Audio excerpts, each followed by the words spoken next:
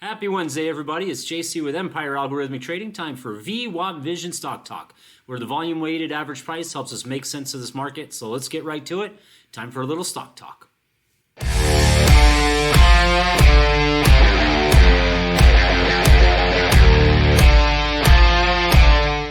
Happy Wednesday, everybody, and what a wild Wednesday it was. As I've said before, if anything, volatility shows up below the VWAP, and that came into play today.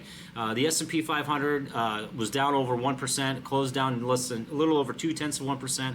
The Nasdaq Composite, which was down almost 2% at one point, closed down a little over 0.6%, almost 0.7%. Small caps were down as well, ended up closing down 0.3%, well off its lows. Mid caps were all over the place. They were up, they were down, resistance at the VWAP, support at the 20-day moving average, ended up kind of right in the middle, a little spinning top. Clear indecision on the market there. Pretty wild session. Bonds did have a little bit of the flight to quality look to them as they rallied up, and then the VIX, even the VIX had a volatile session. It was up to 1725, and it closed down at 1569. So pretty wild session there. Overall, just a lot of volatility. Gives you a little anxiety when you're watching it. As far as leading stocks, kind of a similar look. A lot of leading stocks found some support, potential support, rallied off their lows, even though they did end up closing down pretty significant.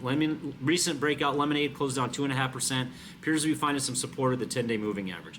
SoFi completely round-tripped. It had a really nice 8% run. Got crushed yesterday, big negative reversal. That momentum carried through, only lasted for the morning, and then its stock rallied back up.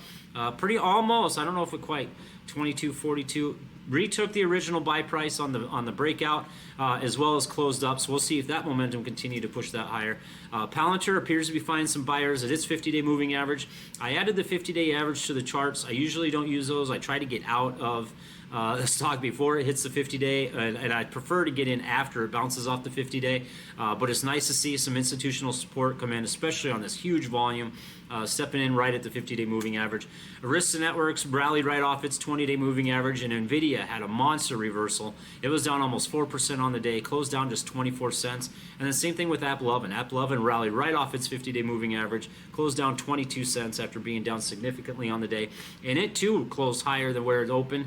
Buyers really kind of took over control of that stock later in the day. We did have some pretty interesting action on the upside. CMCL recovered, bounced right off its 10-day moving average. Nice strong 6% gain. Bloom Energy rallied right off its 10-day, opened up, sold off hard, but then rallied into the close, up 3.2%.